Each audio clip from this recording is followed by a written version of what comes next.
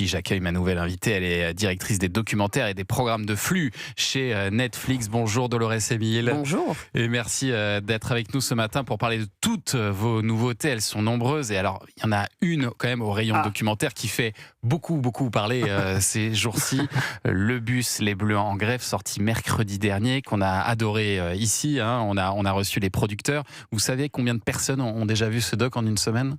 Là, je pourrais pas vous dire exactement. Je pourrais vous dire ça demain. Netflix avec les chiffres. Précis, c'est numéro 1 toujours. C'est numéro 1. Ouais, toujours. Mais on a entendu dire que c'était le meilleur démarrage historique pour un documentaire sur Netflix. Est-ce que c'est une vraie info?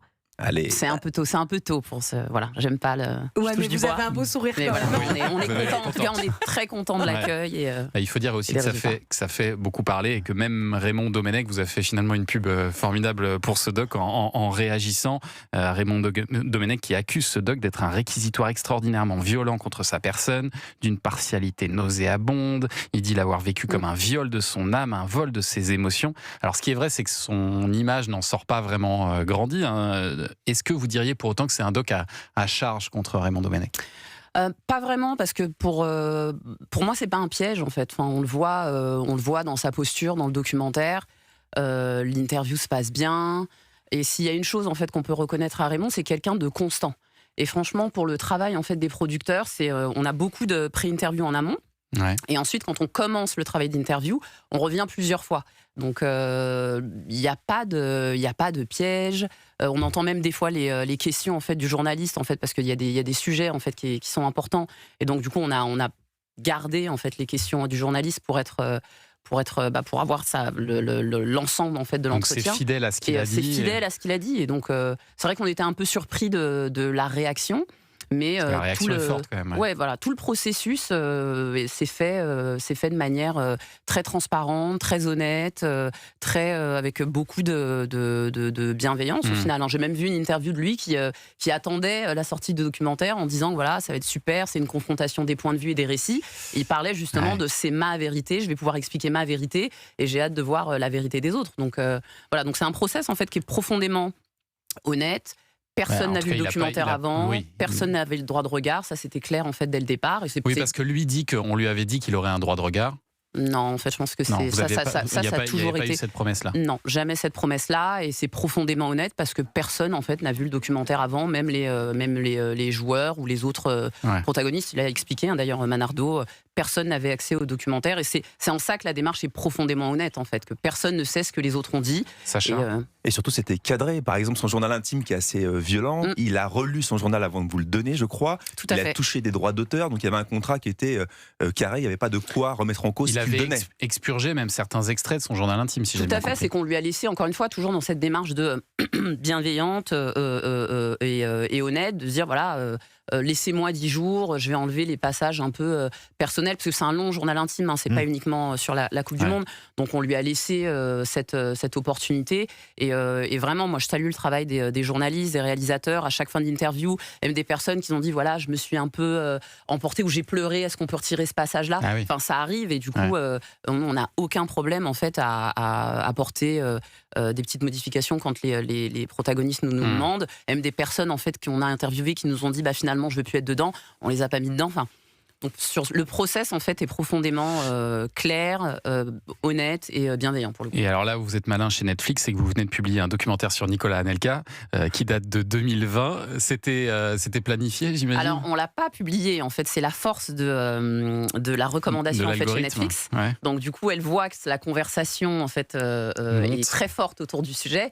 Et donc du coup, les gens qui ont regardé le bus se voient recommander en fait le documentaire qu'on a fait sur Anelka. Automatiquement, il n'y a pas de. Tout à fait, c'est vraiment en fait la recommandation, en fait pas du tout. Là pour le coup, ça c'est sacro-saint en fait chez Netflix. La recommandation en fait se fait uniquement en fonction de vos goûts et de ce que vous avez regardé. Donc si vous avez regardé, vous avez cherché, du coup la machine en fait comprend que peut-être ce sujet peut vous intéresser. Donc, j'ai vu aussi que Franck Ribéry sur ses réseaux sociaux, il a lui écrit Domenech, je t'aime beaucoup, juste je garde la vraie histoire pour plus tard, avec des emojis caméra et clap de cinéma.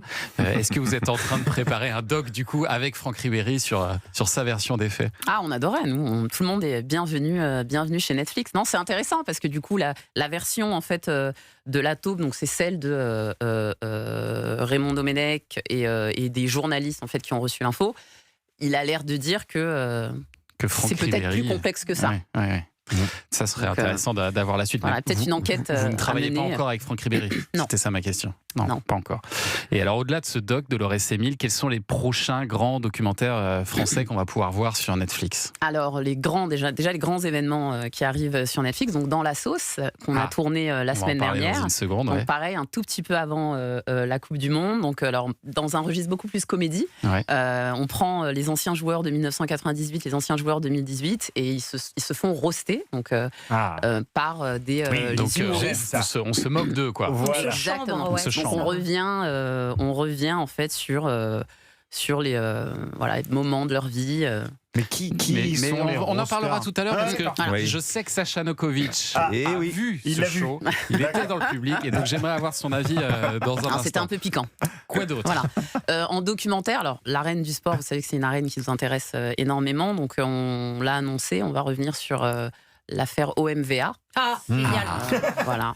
Valenciennes. Donc on Ah oui. viendra Ça, c'est toujours avec catastrophique pour Sacha. Pourquoi Fan de l'OM. Sacha est marseillais. voilà, avec la patte Netflix. Avec la patte Netflix, Exactement. très bien. J'ai entendu parler aussi de l'Arène, une compétition de combattants de MMA. Exactement. Donc c'est compétition de MMA, donc 19 femmes. Donc c'est des combattants dans hommes, une cage. C'est ça. Donc c'est un peu dans la lignée de notre succès Nouvelle École. Là, c'est une compétition dans l'univers du MMA Ouais. où 40 jeunes athlètes La Starac. traversent La Starac du MMA. exactement, Ouais, traversent différentes épreuves et à l'arrivée un contrat dans une ligue et 100 000 euros. Et Nouvelle École aussi, est-ce que Ouais. ça va revenir ça? Exactement, bien sûr, Nouvelle École, saison 5, avec un nouveau jury, donc Théodora et Oli, et accompagné de SDM. Oli de Big Flo et Oli, Exactement. c'est ça. Donc ils vont chercher la nouvelle pépite, star c'est ça, la pépite. de la musique urbaine. Voilà. Et alors il y a une série doc qui a fait date dans l'histoire de Netflix et dans l'histoire même du documentaire en général.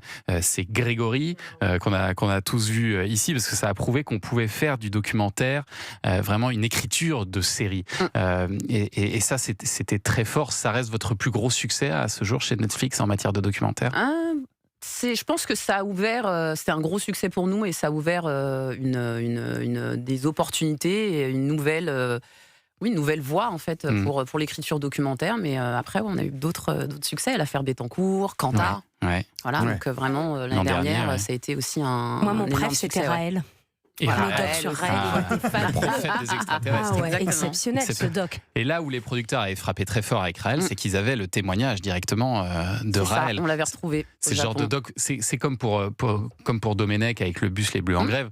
Vous feriez pas ce doc si vous aviez pas eu Domenech, vous auriez pas fait ce doc sur Raël sans le Bien témoignage de sûr, Raël. effectivement, c'est le personnage principal. En fait, c'était vraiment sur le bus. En fait, l'idée, c'était de challenger la mémoire collective. En fait, moi, je suis complètement footix, et moi, la mémoire en fait que j'ai de cet événement, c'est il y a un joueur qui a insulté son sélectionneur, ouais. il se fait virer à raison, et les grévistes millionnaires en fait font grève. Et c'est ça qui est resté dans la mémoire collective. Ouais. Et en vrai, on challenge cette idée un peu simpliste. On raconte une histoire plus complexe et pour ça, en fait, il fallait les deux parties. Et donc, les deux représentants, en fait, de cette histoire, c'est le capitaine Evra qui représente les joueurs et les sélectionneurs, en fait, qui représentent, en fait, cette faillite du management, en fait. Parce qu'en vrai, c'est ça que cette histoire, elle raconte. C'est une succession, en fait, d'erreurs mises bout à bout qui créent ce désastre et une faillite du management. Et après, c'est représenté par Raymond Domenech.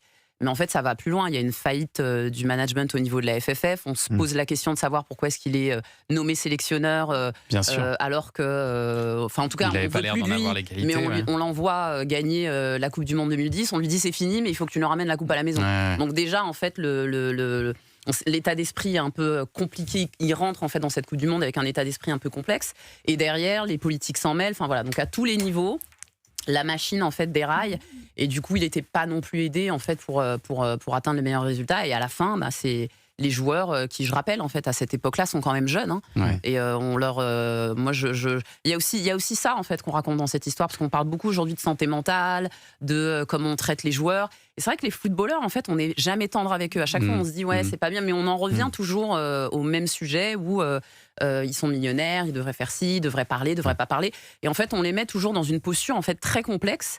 Et en tout cas, la vertu de ce film. À l'époque, on les a vraiment traités d'enfants gâtés du football. Ça se ressent beaucoup dans le passage avec Roselyne Bachelot, justement, où on sent qu'il y a quelque chose qui se débloque en fait et que elle est face à des enfants, quoi. Ouais, elle le dit encore. Ils ont pleuré, mais on les présente en fait comme des méchants millionnaires qui ne veulent pas travailler. C'est vrai que l'histoire n'est pas aussi simple que ça et on la découvre effectivement différemment dans ce doc Le bus Les Bleus en grève qu'on vous recommande une nouvelle fois. Alors, on va parler aussi programme de flux parce que c'est vrai que vous vous occupez aussi, Dolores Émile, de cette partie-là des émissions et d'un show très ambitieux qui arrive et qui s'appelle Dans la sauce. On va en parler dans un instant avec Sacha qui était dans le public, c'est ça? J'y étais lundi soir, magnifique. Vous allez pouvoir nous dire comment ça s'est passé. À tout de suite sur Europe 1.